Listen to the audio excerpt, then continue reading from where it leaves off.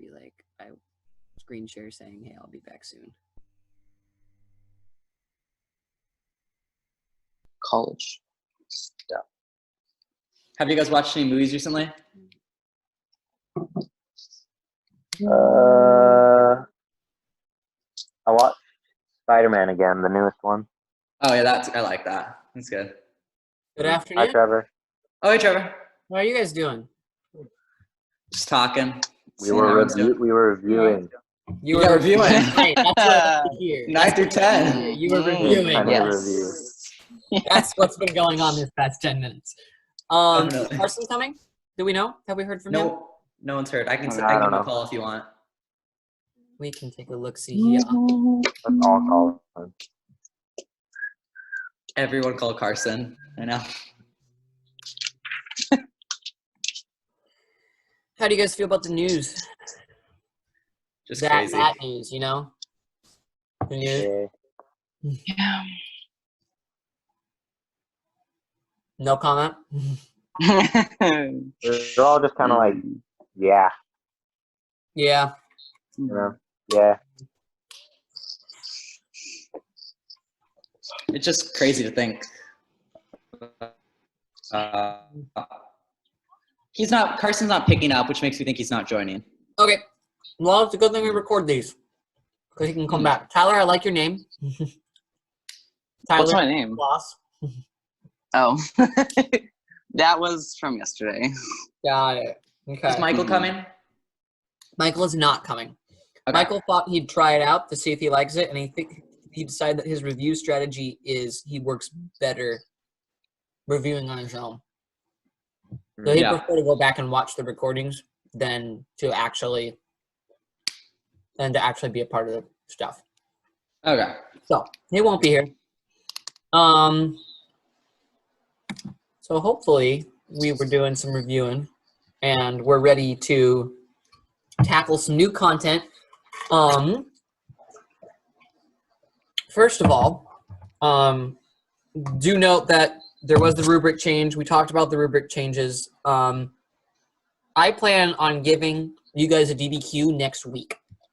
The reason I'm not doing it now is because I haven't had time to write a DBQ, because with it being 5 documents instead of 7, I have to go back and find an old document-based question, change the documents, figure out what documents would be good to include, what documents would not be good to include, and then give you the DBQ. So I don't have it yet, but next week, I will be assigning a DBQ and expecting you to write it and turn it back into me for me to grade, so that you guys know where you stand on the new rubric. Does that make sense?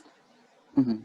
And I might be jerks to you guys, and I might share it with Mr. Brown and be like, hey, you should give this to all your students, maybe for an assignment, because you guys should learn how to write a DBQ with the new rubric style. Yeah, that's a good idea. Whether he actually does it or not, you're going to have to do it for me. So hope that if Mr. Brown does end up making you write a DBQ, you can just reduce, reuse, recycle, and use the same one for me. Yeah. So, all right. That being said, since we went over what the changes are as our group, we don't need to spend time going over that, which means we can jump right into what we need to talk about today. So let me just pull it up in my OneNote here.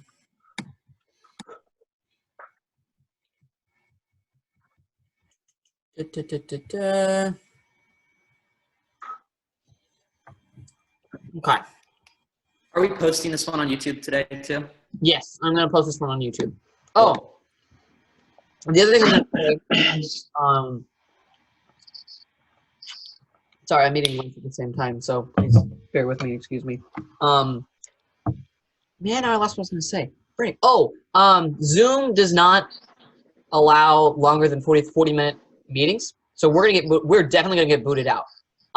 When we get booted out, I can still use the same meeting link. We just all get booted out and I have to click start again. So in the event that we all get booted out, just use the link again that I sent you and you'll come back to the meeting. So the recording will unfortunately be in 2 parts unless I edit them together. But Just because we get booted out randomly does not mean we're done. Please go back and click the link again, and we'll continue from where we left off. That being said, let's jump over here, and let's talk about this chapter.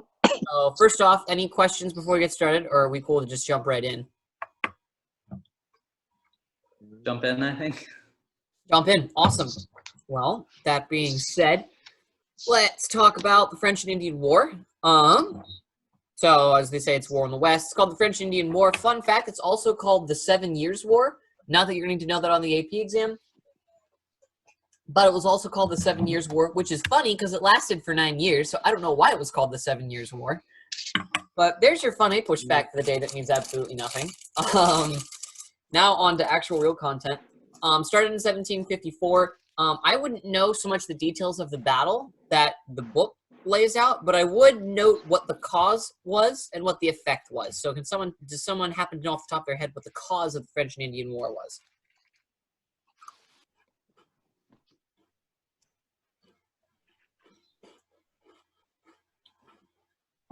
Okay, let me phrase it again. Who was involved in the French and Indian War? French and Indian. French, Indians, and who? England. In Great Britain, yep.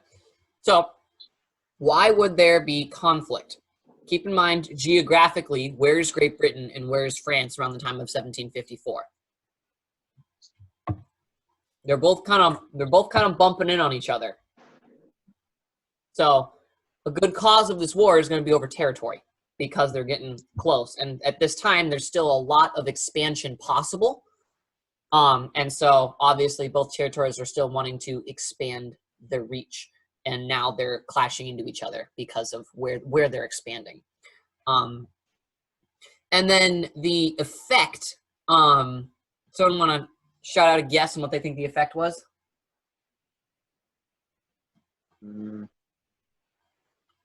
Lost and gain. Native Americans lost territory that they had. The Americans didn't lose. Two things actually on that. First, let's use the right terms. This is not America yet. So the colonists didn't lose. Great Britain didn't lose. And no, they didn't lose territory. They ended up winning the war. I believe. Now you're making me second guess myself. No, they did. Yeah. I think they did win the war. The French lost a bunch of land, and America gained they like lost. to Mississippi. What's one of the negative Ohio. impacts of war economically? It cost money to go to Cost war. money. They lost money. Lost a lot of money. Who did Great Britain expect help repay that money? Help get that money back. Help pay off that debt. The colonists. Colonists. Because the colonists began getting involved. We go down here. Eventually, and I don't like it. I don't like that they use the term Americans here because we're not America yet. So I don't like that the book is using the term Americans here. I think colonists is a more accurate term. But obviously, write however you want. If you were writing a DBQ this year, I would play it safe, and I would personally write colonists. Would you get marked down if you had said Americans? I don't think so. I don't believe you get marked down. What do I think is more correct? I do think it's colonists because we're not America yet. So eventually a lot of people end up fighting in this French and Indian War. Nationalism, you can see over here, what I highlighted here. This is an example of nationalism. Feeling proud to be a part of the British Empire. And then all of a sudden, the soldiers believed that because the colonists contributed, Great Britain believed that they had the right to tell the colonists to help pay off the war debt. And that, I think, is the biggest effect of the French and Indian War when we look at American history. Because this is what really starts colonists beginning to resent how Great Britain governs and therefore ultimately lead to the Revolutionary War. You can trace it back to this. So that's the cause over territory. Effect eventually led to the Revolutionary War. But for the short term, began tension between the colonists and Great Britain. For the short term. John pointed this out. Wars are very expensive. We already talked about that. We can move on. And this is where I did a little activity with the APUSH study group yesterday, where I wrote down we went through all of the acts and saw how many we could do from memory. So we're going to do the same thing, which is why I said review your acts, because we're going to see how many we can do from memory, and then I'll chip in with what I can. So let's put down here.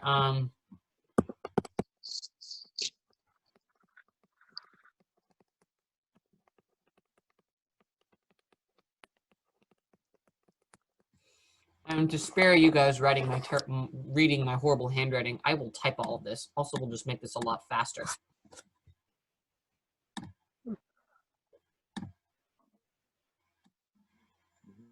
So, who wants to kick it off? Give me an act. The Townsend Act. Or Act. Not gonna remember how to spell that. And then it's like Townsend with an A. No. With an S. Townsend. Townshend. Like Shend. There we go. I wasn't going to say that, but yeah, pretty much.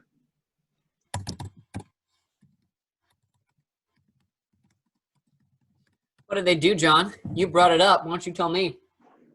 I believe it was the Americans, or the colonists, as you like to say, had to pay duties to England. Isn't that what all of these were? Well, that was the definition that the book gave for what the Townsend Acts were.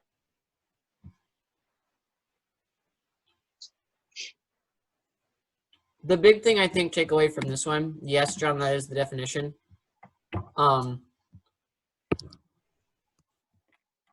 That's the big takeaway there for the Townshend Acts. Townsend, however you pronounce it. Who cares? Oh, something I read here that I didn't point out yesterday that I think is important.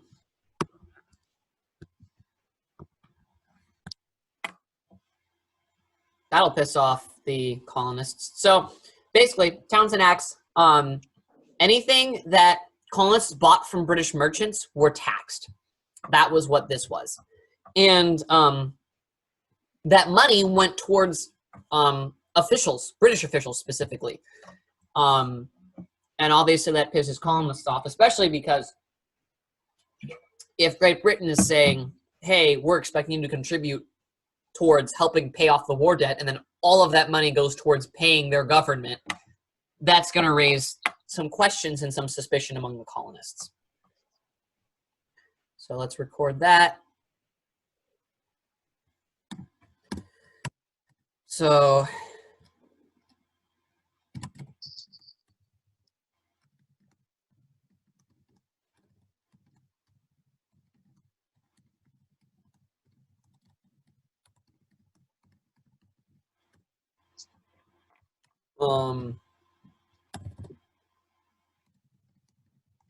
money from this tax went towards paying British government officials,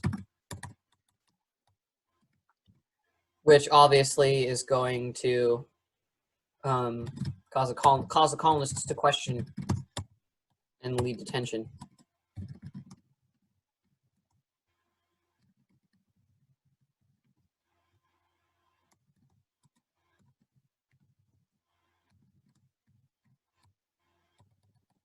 How did I phrase this? Because colonists believed that their money was going towards paying the war debt and now was going into the British government, who was attempting to oppress them.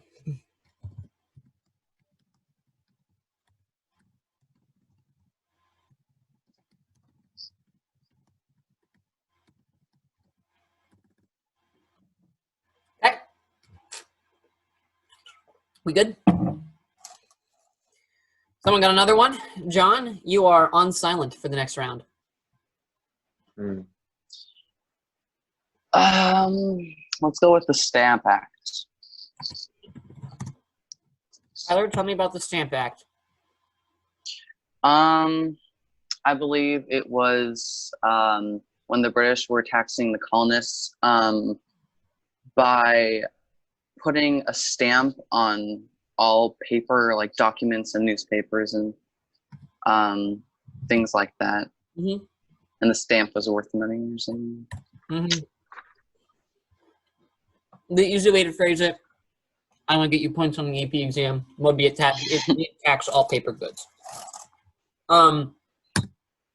This is actually pretty significant. Does anyone happen to know why, or don't mean to say it? I'll just say it. This was the first direct tax. I can. Is that what you were going to say?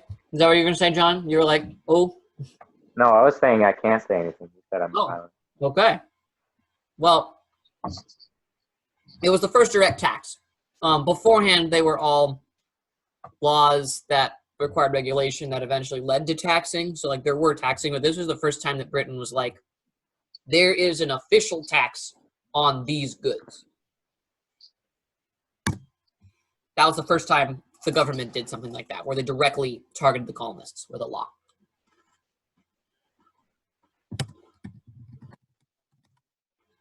I'll give me an effect. I'm assuming that's where no taxation without representation comes from, maybe. Sure, not what I'm looking for, but sure. Mm-hmm. Okay.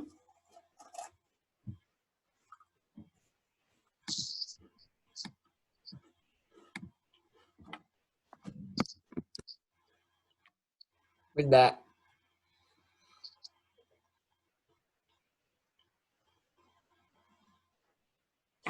So because it was the first direct tax, it was the first time that the government was able to directly regulate the colonists' lives, and the colonists didn't appreciate that.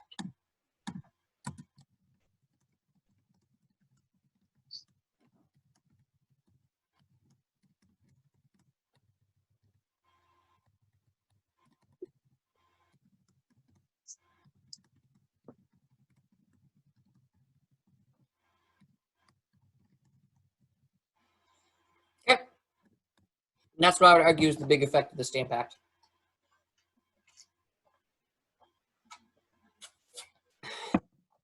Brian, you want to give me one when you're done writing, whenever you feel ready? The Quartern Act.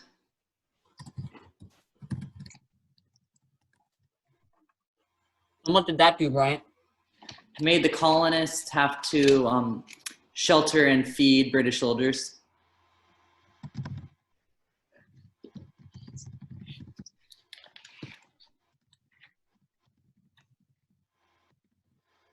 Do you happen to know the effect, Brian, off the top of your head? Didn't it lead the colonists to want to revolt because they weren't in support of why the British soldiers were there in the first place? Mm-hmm. Yeah. All The right. way I'm going to phrase it, though, is I'm going to phrase it this way. So soldiers were in the colonies to impose laws. Therefore, the colonists didn't want to house people, I'm going to say, whose work they didn't agree with. But Brian, that's it. Brian, that goes exactly with what you were saying. Sounds good. Thanks. Housing people. Can you say that again? What you said, Brian? I actually like how you phrased that. They wanted to revolt because they didn't want to what did I say? I'm blanking out. Oh, they didn't agree why the soldiers were in the first place.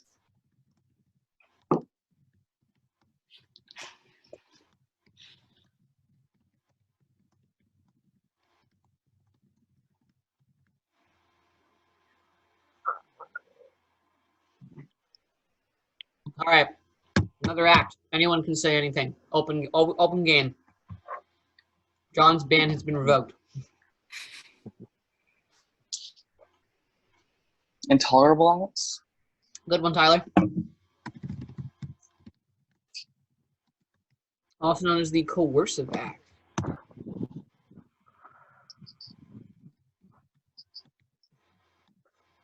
I believe this was the one that had 4 parts. Yep. Is that right? If I do Listen. recall. What were the 4 parts, Tyler? Or can you at least name one of the 4 parts? Yeah.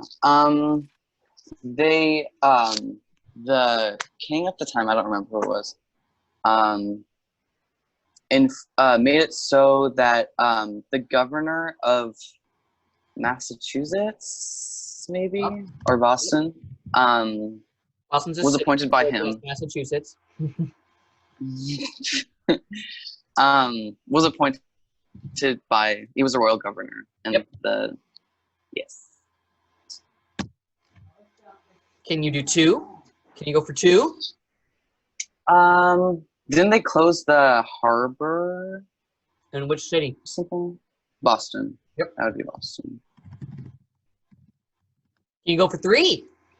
If not, that's fine. I'll make someone else do a 3rd. I don't think so. I don't You know. don't think so? Brian, can you do a 3rd? I don't think so either.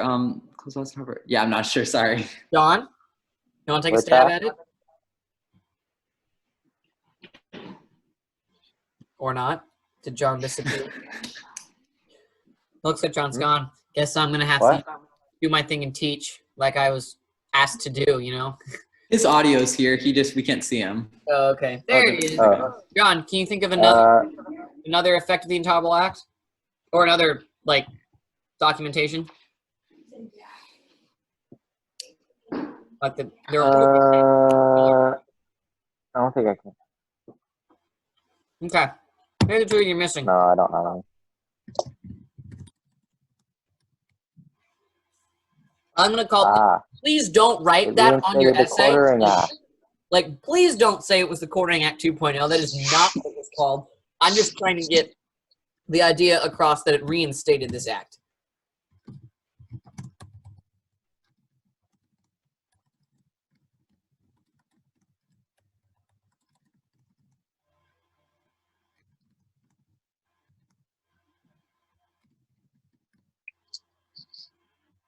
So, Quartering Act was a lot stricter, and they were like, no, now you really got to house people in your homes.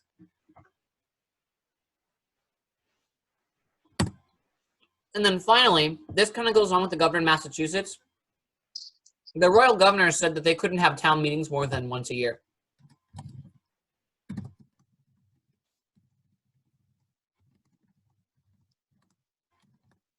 That's the 4th one. What was the effect?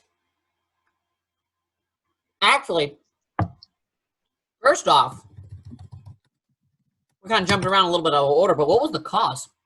Boston Tea Party. Boston Tea Party. I think we know what our next act is going to be. Our next act is going to be. Cause was the Boston Tea Party. You guys know what happened to the Boston Tea Party? Nodding. So Boston, or some Sons of Liberty dressed up as Indians and then, or Native Americans. And then tea out of British ships. tea out in the Boston Harbor. And that was a result of what act? Tea Act? The Tea Act. Good one. Yeah. The Tea Act, yes. We'll talk about that one after we finish the Intolerable Acts. For now, we can know the cause is the Boston Tea Party. An effect? Anyone want to throw an effect out at me while I'm sifting through my notes?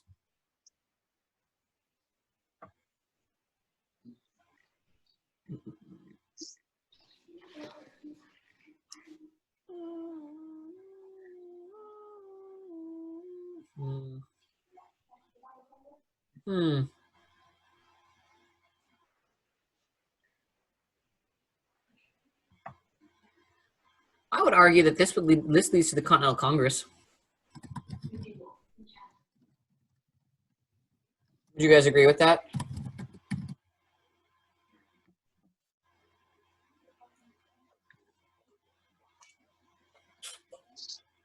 all this happens.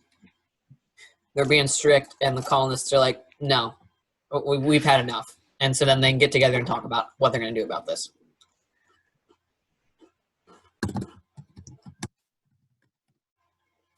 So we talk about the Tea Act next. What did the Tea Act do? Someone, not that hard. What did the Tea Act do? 2 words.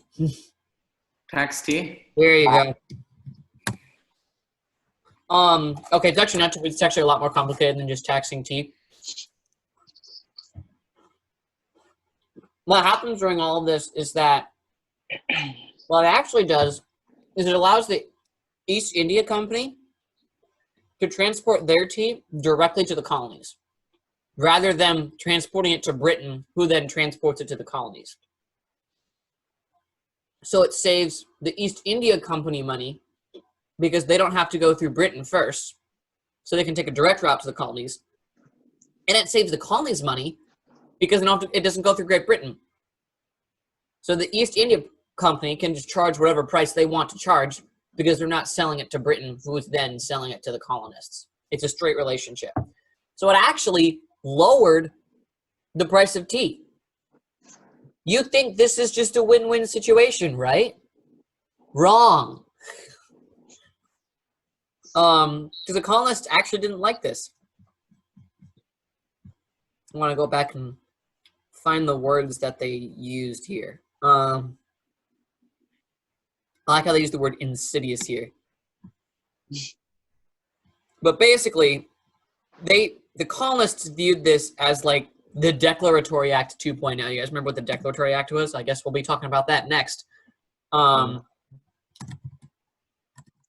going to say East India Company allowed to transport tea directly to the colonists for lowering tea price. And then the colonists saw this as the British government reaffirming their power over the colonies, which in essence is what the Declaratory Act did. But the colonists saw it not as a positive, but as a negative. So you could make a counter argument saying that, oh, you know, leading up to the Revolutionary War, the British government was all bad and they did nothing to ease the tension between the colonists and Great Britain. Not true. Because I would argue the Tea Act was actually very good, potentially, for both sides, and the colonists chose to take it a different way. So you could make that counter argument that in some ways the British did try and ease that tension.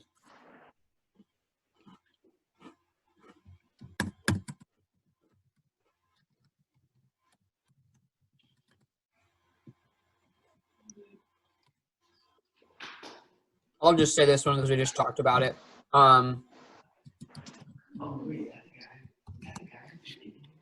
Guys, can you please be quiet? Thanks.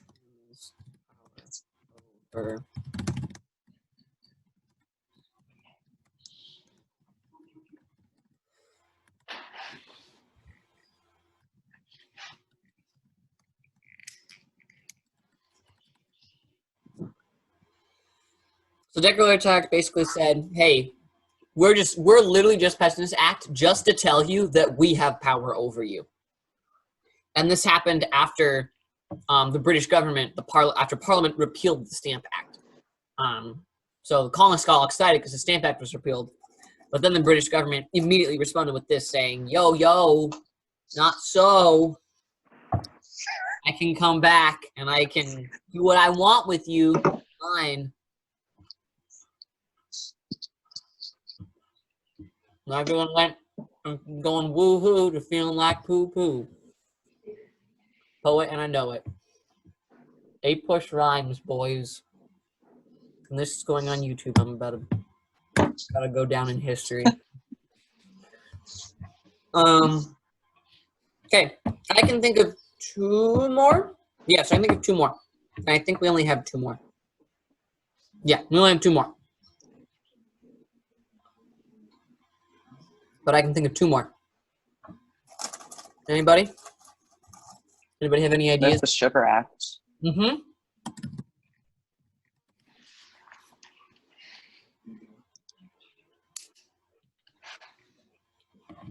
Do you know what it did?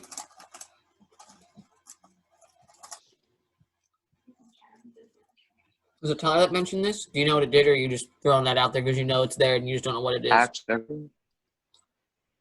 Trevor, are we going to cut out in 3 Yeah, I don't- minutes? Mm-hmm. I don't Probably. know. Okay. It actually lowered the tax on molasses.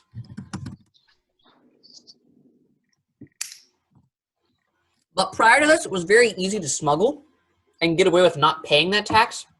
So the British government tried to come to a compromise. We'll lower the tax on molasses in favor of you actually paying it now.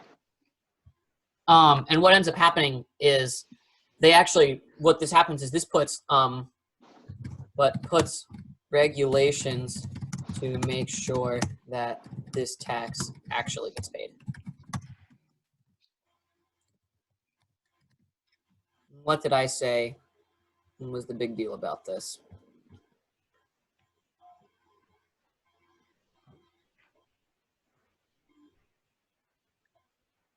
We'll talk about it with the Currency Act. strengthen measures to, Say that again?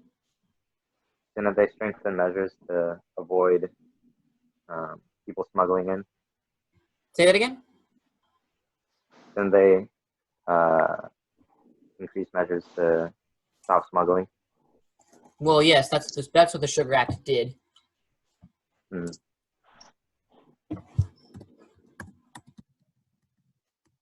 Bottom line states the Currency Act and preventing colonists from issuing paper money.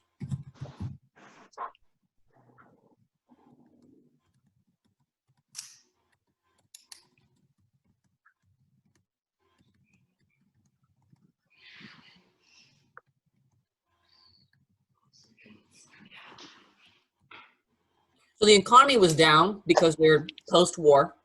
So economy is down because they have to start paying off that war debt and helping Great Britain pay off that war debt. Their only connection for businesses is each other and Great Britain.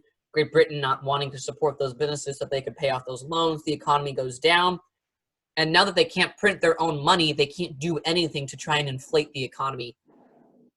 Which is a smart move on Britain's part because then the colonists aren't just going to inflate the economy and make the debt even worse. But Great Britain also wasn't doing anything to help the colonists thrive. So it contributed more to the detriment of the economic situation.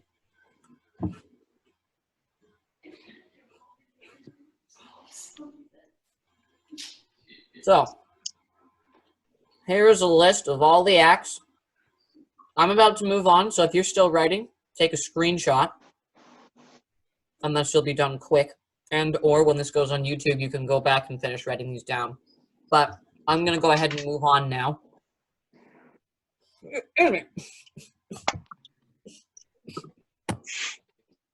Choking on a Ritz cracker, that's embarrassing. No, I'm just choking on a Ritz cracker. Nothing out of the ordinary here. Hold up.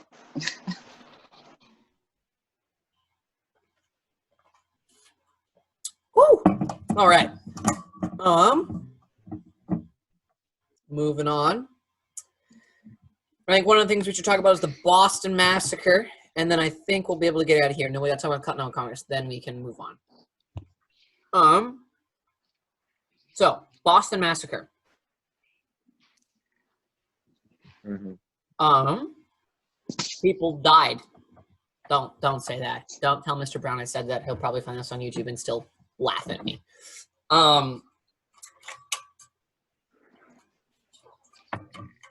Basically, colonists threw rocks at the soldiers. Soldiers are like, heck no, start firing back. 5 dead, 8 wounded. Called the Boston Massacre. What I find is the biggest effect of the Boston Massacre is it sends a public message to the colonists in Great Britain saying, hey, if we're going to resort to violence, we're okay with that. thrown away that this could lead to the revolution. This leads to the Revolutionary War, at least direct fighting, because it was this event that made that both sides were able to agree that this is possible and this can go there, and we're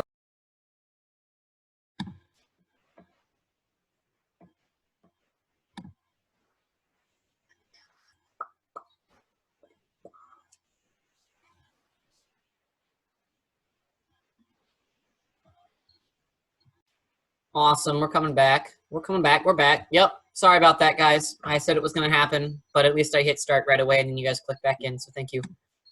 Thank you for bearing with that. Here starts part 2. And I'll probably actually end up going back and I'll go back and splice the 2 clips together so that we don't have to worry about that. So there it is. There's part 1 getting processed. Okay. Where were we? Oh, so I think we're good. I think we're going to Boston Massacre unless anyone has anything else to add. Otherwise, I vote we move on. Talked about the Boston Tea Party. We talked about the Intolerable Acts. First Continental Congress. So this happens after the Intolerable Acts. Colonists get together and they're like, okay, what are we going to do? So they write this document that I highlighted called the Declaration of Rights and Grievances. There's your taxation without representation. Actually, put in a document, sent off. Then Congress also adopts the Suffolk Resolves, which not only did it say that we're going to start defying the Intolerable Acts and we're going to start boycotting your goods, but it also said, hey, every colony, gather a colonial militia in case we have to use it. So the colonists were getting prepared with this resolve. The colonists were getting prepared to go to war. And so that's something else that we should keep in mind through all of this, is that they're preparing to go to war here. Jonathan, you're in here twice. I'm back. Sorry. So that's the big deal about the Suffolk Resolves. It is basically the colonists getting ready to go to war. There's your chapter review. If you want to talk about the highlights of what I just talked about, you can go ahead and check out all this here on your own time. We are not doing multiple choice questions on this chapter because why would we? We're not doing multiple choice on the AP exam. So I would rather spend more of our time talking about content and writing DBQs. And what I might start doing is having you guys write a DBQ every week leading up to the AP exam in the hopes of getting better. That was a thought that just came to me right now. I'll see if I actually follow through with that. But it might be smart because if that's the only thing that you're going to have on this test, you're going to have to get good at it. And I have no clue what you guys are writing at now. And I don't know that I trust that what you're writing at right now is actually what you're writing at right now because I don't know that, well, the rubric is very hard to understand, especially because it's in teacher speak, not necessarily in student speak. And so even for me, it's hard to understand what the rubric is saying. And so I think that there's I've graded a lot of these essays. Mr. Brown's taught me how to grade a lot of these essays. There are a lot of scores that are a little bit inflated on these types of things. And so I have no clue really what you guys are writing at. So I need to have you guys write me a DBQ so that I can see what you're actually writing at and so that we can improve from there. The other thing, Are we gonna do like a time thing or it would like be on our own timed time? on your own. I would be hoping that you would time it on your own time. I'm not going to sit here and watch you do it unless you guys want to do that. I mean, I've got the Discord server. We can hop in the study room and I can do my own work while you guys sit in there and do it for 45 minutes and then we can talk about it afterward.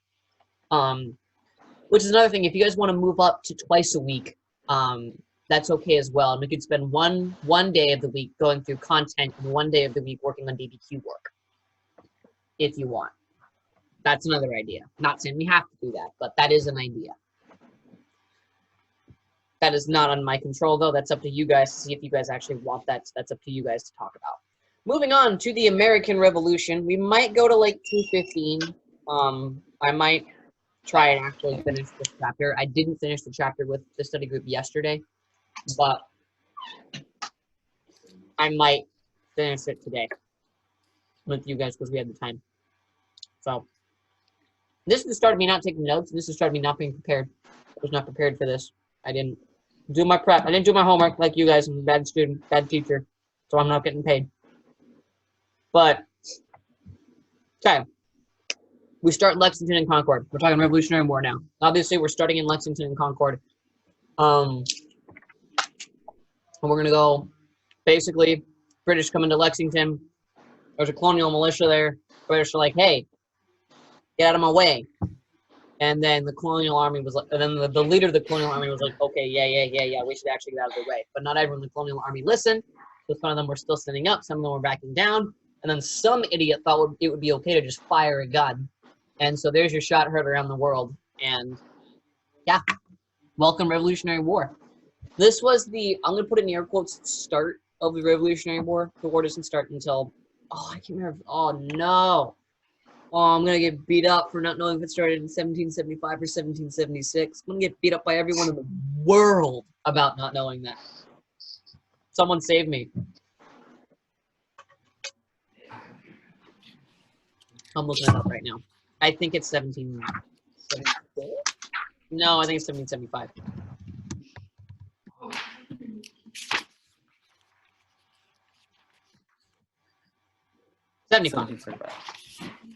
Okay.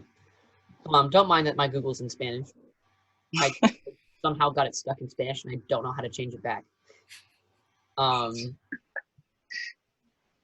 Then we have the Second Continental Congress before the war begins. They get together in May. They sit down, they talk, and they talk about Lexington and Concord. And they're like, all right, we're doing this. We're getting together a Continental Army. George Washington's going to be in charge. And we're ready to go to war. And they make one last-ditch effort called the Olive Branch Petition. They write this document, and they send it to the king. And they tell the king, hey, we're going to war.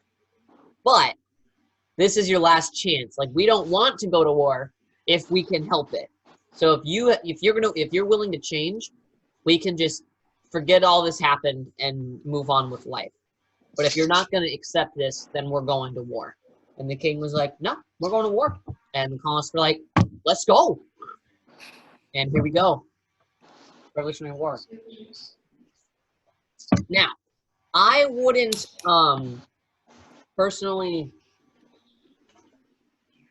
know all the individual battles of the Revolutionary War. If you want to study that, that's okay.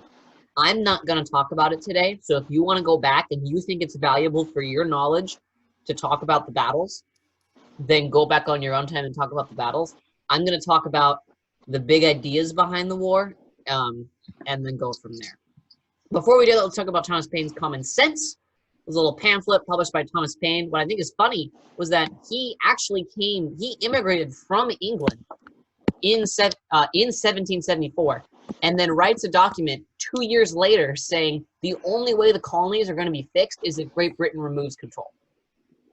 I think that's a little interesting, noting that he immigrates to the colonies from Great Britain pretty soon before the war starts. This was one of the most, if not the most influential document in American history. If you get a DBQ on the Revolutionary War, I guarantee you Common Sense is going to be a document on the DBQ.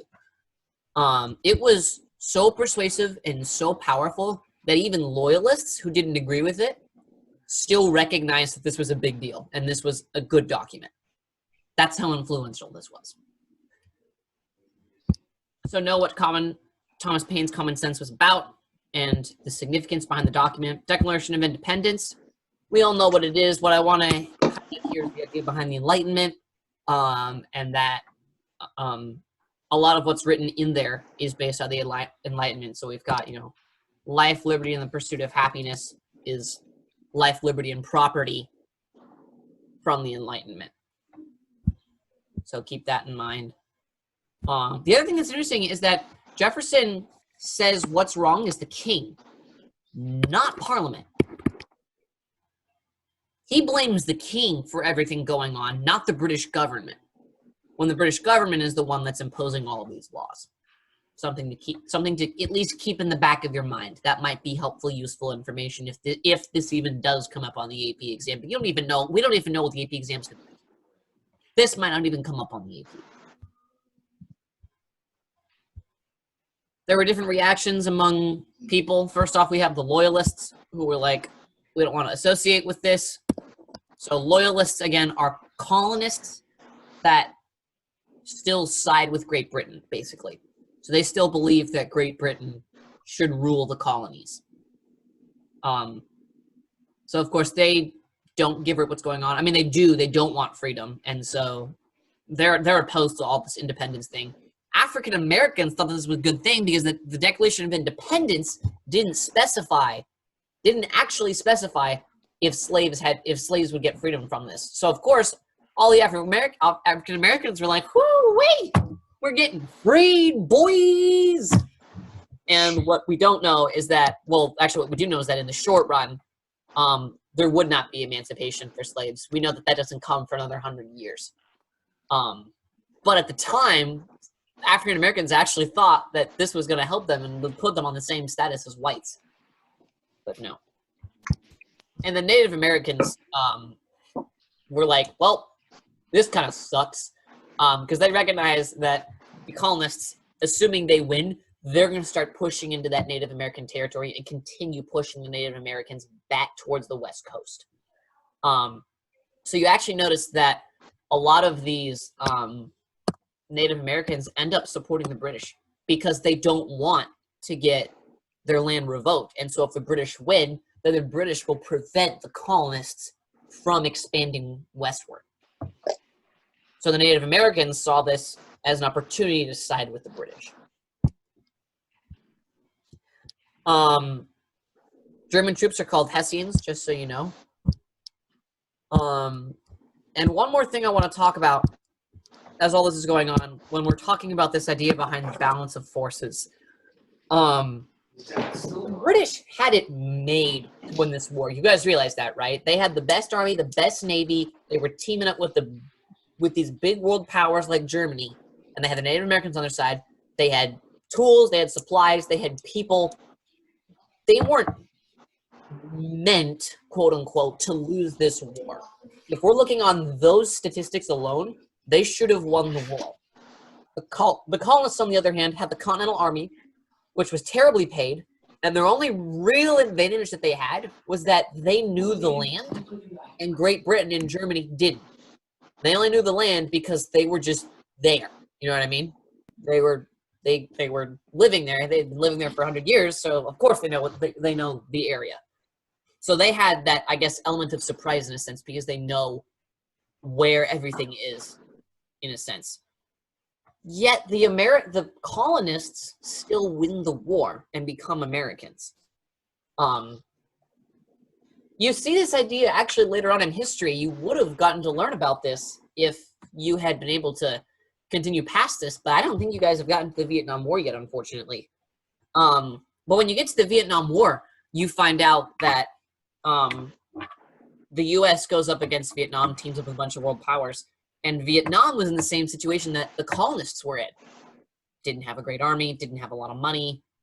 They were very much underwhelmed, and they were fighting for freedom as well, and they win. You see this theme of, man, this drive for wanting freedom ends up pulling out in the long run. That's a great example of a contextualization point. Extending your argument to the broader historical context and broader ideas, and recognizing things like, hey, this happens hundreds of years later. We still see this happening with the case of Vietnam. That's the idea of a contextualization point. Taking your argument and extending it, looking at what's going on around that time period, or even looking on way further in advance or way further behind. We'll get into some DBQ tips as we go on. Usually your contextualization is going to occur before the time period, but that's a good example of using contextualization ahead of the time period. So understand that idea of balanced forces. Again, this is just a progression of the war. I hate learning that. I never learned it for the AP exam. I personally never got dinged on the AP exam. if I had to guess, they're not going to test you on your knowledge of the battles that happen and things like that. If you can recall what I told you about the war, so if you can recall the idea behind the balance of forces, why the Americans weren't made to win the war, but still end up winning the war in the end. Talking about Thomas Paine's common sense, understanding that, understanding how different people reacted to this war, and every other different people's beliefs of what would happen should the colonists win the war, and that kind of thing. Understanding that the Declaration of Independence comes from the Enlightenment. Those kinds of ideas behind the Revolutionary War, those are the big ones and the big ideas that I would say take away.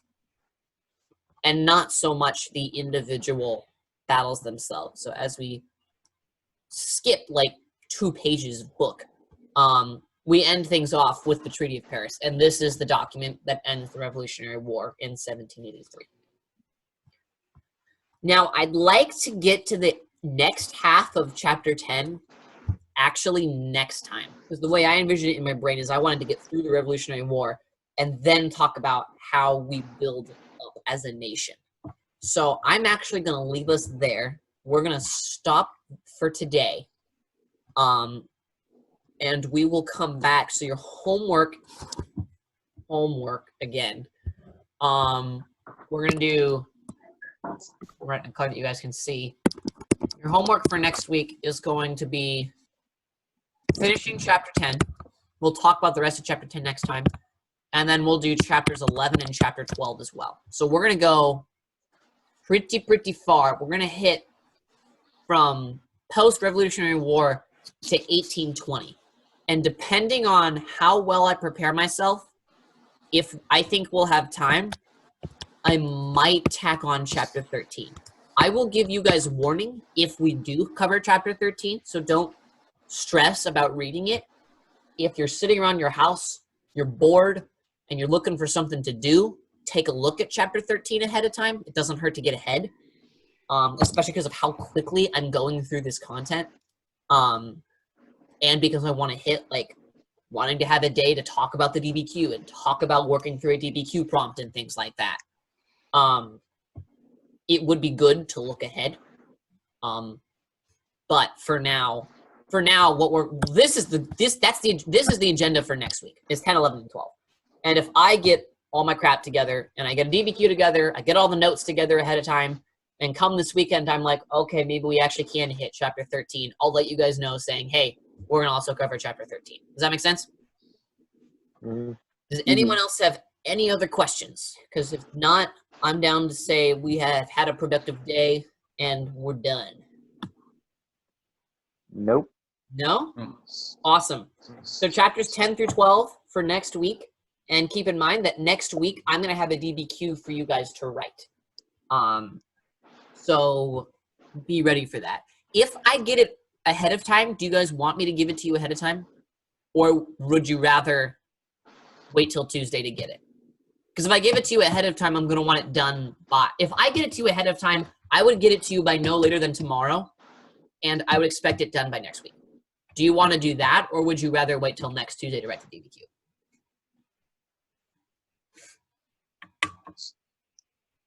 I don't care. You don't care? Yeah. Whatever works easiest for you. Okay. Tomorrow is a lot less of a stressful day for me, so I could put together a prompt if you guys want to do that. It might be a good idea simply because it gives you more time to improve and gives us some more time to talk about the DBQ. And I'll be able to diagnose. So here's what I'll say. We can either do, for next week, we can do chapters 10 through 12 and a DBQ, or we can do chapters 10 through 13. Let's do that. Knowing that those are your 2 options, what would you prefer?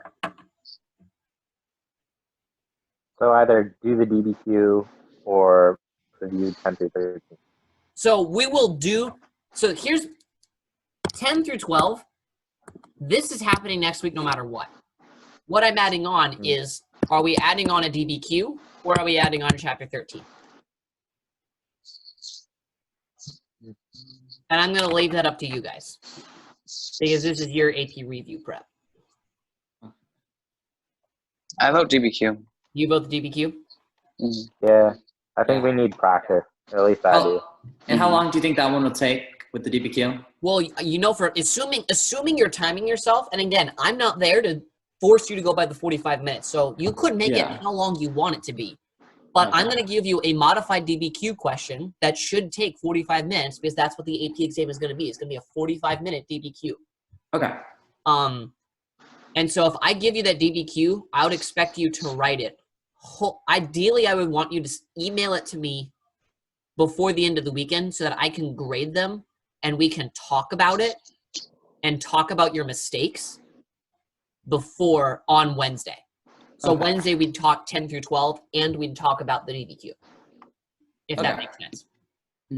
If we go for that. So I would send out the DBQ prompt tomorrow, no later than tomorrow evening. And then you would get it back to me by Sunday, which I don't think is that big of a deal, especially because now we're forced to do school. We're forced to have learning logs. And so you can just count this as, hey, I'm doing school every day. Yeah. So that you can get credit. Are we turning in those learning logs? Because I got an email from Mr. Brown saying we're not yesterday. That is how the district is going to see that we're doing schoolwork and how we're going to actually get credit for our classes. You won't turn it into Mr. Brown. Who you will turn it into is, I think, your Eagle Time teacher.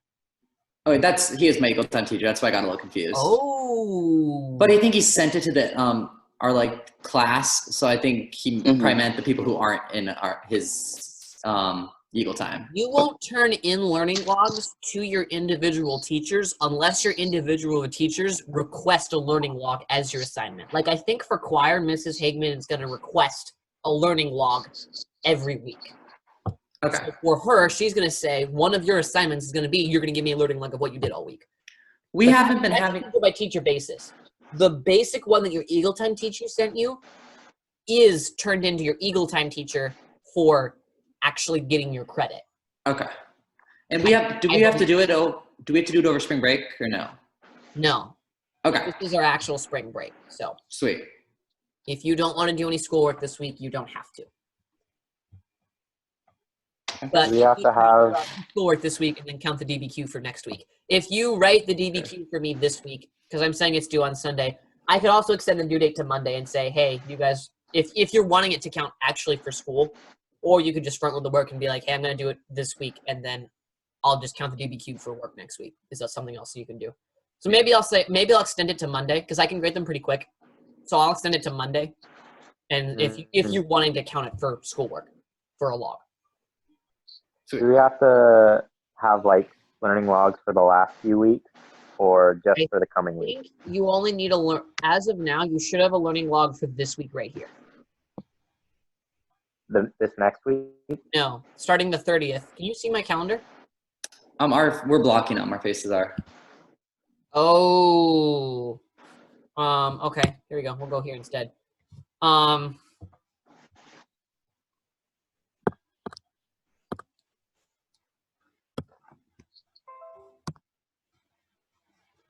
So you need to have a learning log for this week.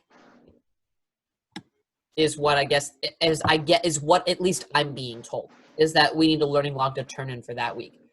Now again, the learning log that the Eagle Time teachers I sent are honestly a little ridiculous. Like journaling about your feelings, we're calling that schoolwork when we have as honors and AP students more pressing things to do. So if you write down saying, hey, I did this for this class, that counts as your learning log, and you don't have to do what was listed in your Eagle Time thing. Does that make sense? Yeah. I personally would not be doing, if you need to do that, then like by all means, but I think it's better to, if you're struggling with that, I think it's better to personally just talk about it. Journaling is good too. Some people actually do benefit from journaling, so I don't want to talk it, especially because this is going on YouTube. But you guys don't have to do that to actually get credit for your courses. As long as you make a list. Like, for example, what I'm doing, I actually can even show you what I'm doing if we go over to OneNote. I have in my personal notebook a section called Quarantine Logs, and I have logged everything I've done every day, the homework I've done. And I just make a bulleted list, like AP stats. I took notes on the stats. I did this homework assignment in stats. I did this organization stuff for my YouTube channel. I went to FCA today. I went to a live stream that College Board did. Which, have you guys been watching those, by the way, or no? I watched like one or two. Okay, were they Yeah, helpful? me too. Brian? Not as much because they were going on to new content. Contextualizing helped, but that was the biggest part. I've had. Well, I guess not for APUSH. Pretty soon here, they should be switching to actual reviewing of content. Okay. Pretty soon here. I'll let you guys know when they actually start doing that. I think they're still working through new content right now.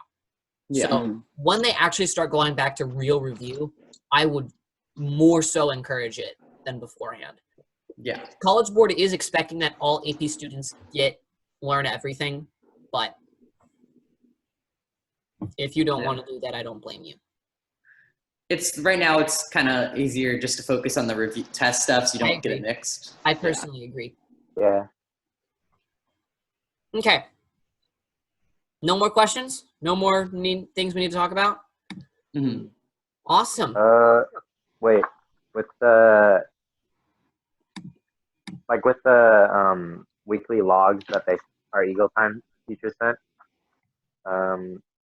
it doesn't say we like have to do any homework.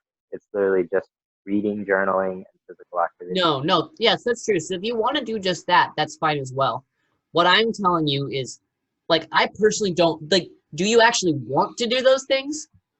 Like journal and things like that?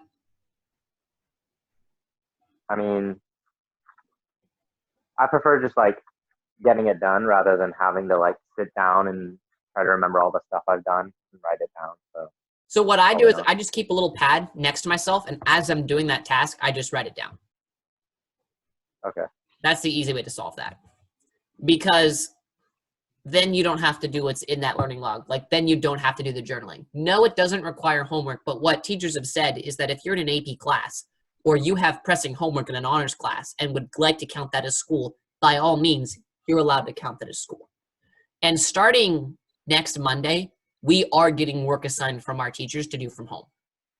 So pretty soon here, we are going to actually actively have school from home. So, yeah. I mean, I was still Hey, doing Trevor. homework. I just didn't know. Say that again, John. You cut out.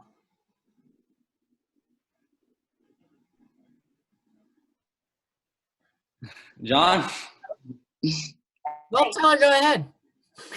Okay, I have to go now. Sorry. Okay, but- that's fine. Bye, Tyler. Okay. We're pretty Bye. much done, so you can head out. See ya. Okay, great. See ya. Brian, do you have anything more you need, or are we good to call it? I think we're good to call it. I think we're good to call it too. So I'm gonna destroy this meeting, but thank you for coming. Glad we got some learning done, and I will see you next week with the DBQ tomorrow. Sounds great. Thanks, Trevor. Bye. Yep. See ya.